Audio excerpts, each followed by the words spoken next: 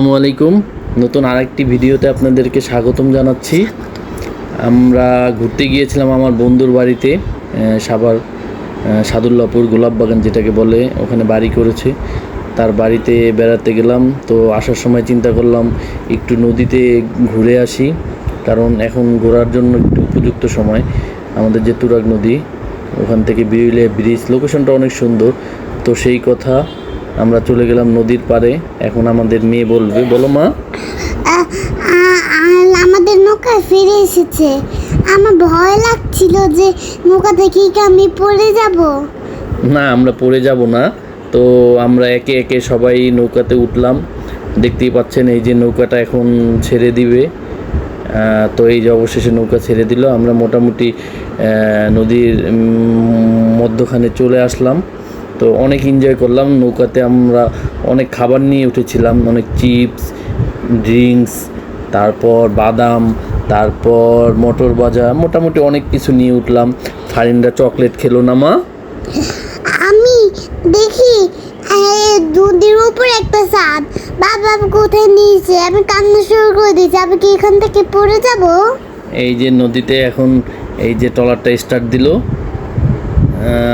আসলে স্টার্ট একবার দিয়েছিল, মাঝখানে একটু বন্ধ হয়েছিল। ট্রলারের লোকটা বলল যে তার ট্রলারের পাখাতে ময়লা আটকে ট্রলারটা বন্ধ হয়ে গেল, তাই আবার নতুন করে স্টার্ট দিল। আমি দেখতেছি আমরা নদীর তলায় এসে পড়ছি। দেখে অনেক পানি জমছে, গাছগুলো ডুবে গিয়েছে। হ্যাঁ, এই যে দেখতে পাচ্ছেন অনেক সুন্দর ওয়েদারটা, সূর্য দেখা যাচ্ছে, ডুবি ডুবি করতেছে। তো আমরা মোটামুটি আমাদের যাত্রা শুরু হলো। দেখতে পাচ্ছেন ভিউটা কত অসাধারণ। মোটামুটি সবাই আমরা যারা ছিলাম, মোটামুটি সবাই আমাদের এই জার্নিটা এনজয় করলাম। আসলে দেখতে মনে হয় যে ছোট নদী, আসলে এই বর্ষা ভরা বর্ষাতেই অনেক বড়, দেখতে পাচ্ছেন। আর দেখি আমার নদী, এই নদী থেকে আমি ছাদে, সবাই বসে রয়েছে, আমি শুধু নিচে। আসলে ফারিন, আমরা সবাই ছাদে বসে এনজয় করতেছিলাম, বাট আমার মেয়েটা ভয় পাচ্ছিল। ও বলতেছিল যে না, আমি ছাদে উঠবো না বাবা, আমি ভয় পাচ্ছি, আমি উঠবো না। তো সবাই মোটামুটি ছাদে বসে অনেক এনজয় করতেছিলাম, অনেক খাবার খাচ্ছিলাম, এবং আশপাশ থেকে যে নৌকাগুলো যাচ্ছিল তাদের সাথে কুশল বিনিময় করছিলাম। তো অনেক মজা লাগতেছিল, প্রচুর বাতাস ছিল। বাট আমার মেয়েকে আমি কিছুতেই ছাদে নিতে পারলাম না, না মা? হ্যাঁ, আমি অনেক ভয় লাগে, যদি আমি নদী থেকে পড়ে যাই তা আমার অনেক জ্বর আসবে। আসলে ফারিন কখনো এইভাবে ট্রলারে উঠে নাই, তো এই কারণে আর কি ওর ভয়টা কাজ করতেছিল। বাট একদম মোটামুটি লাস্ট পজিশনে এসে সে খুবই এনজয় করেছে, এবং সে পুরো জার্নিটাই সে এনজয় করেছে। এবং তখন সে মোটামুটি বলল যে বাবা না, ঠিক আছে, আমি ভয় পাবো না, আমাকে নিয়ে যাও। তারপর ওকে ট্রলারের একদম সামনে ওকে ওর আম্মুর সহ বসালাম, এবং পুরোটা যাত্রাপথেই সে ট্রলারের সামনে বসেছিল।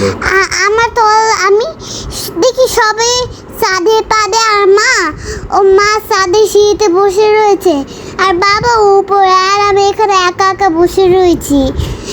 আমার একা একা বসতে মোটেও ভালো লাগলো না। বাবাকে জোরে ডাক দিলাম, বাবা সে আমার মার কাছে বসাই দিল। এই যে দেখা যাচ্ছে আসলে এই যে বিরুলিয়া ব্রিজের ভিউটা দেখতে পাচ্ছেন দূর থেকে, আসলে অনেক সুন্দর। না গেলে আসলে বোঝা যায় না। যারা ঢাকার আশপাশে বসবাস করেন, ঢাকাতে বসবাস করেন অথবা আশপাশে থাকেন, তারা আসলে ইচ্ছা করলেই কিন্তু এই সময়টা বিরুলিয়া মানে এই নদীতে ঘুরে আসতে পারেন খুব অল্প খরচে। ট্রলারটা আমরা মনে হয় মোটামুটি 1.5-2 ঘন্টার উপরে ছিল ট্রলারটা, 1,500 টাকায় ভাড়া করেছি। সবাই ছাদে এনজয় করছে, আমি শুধু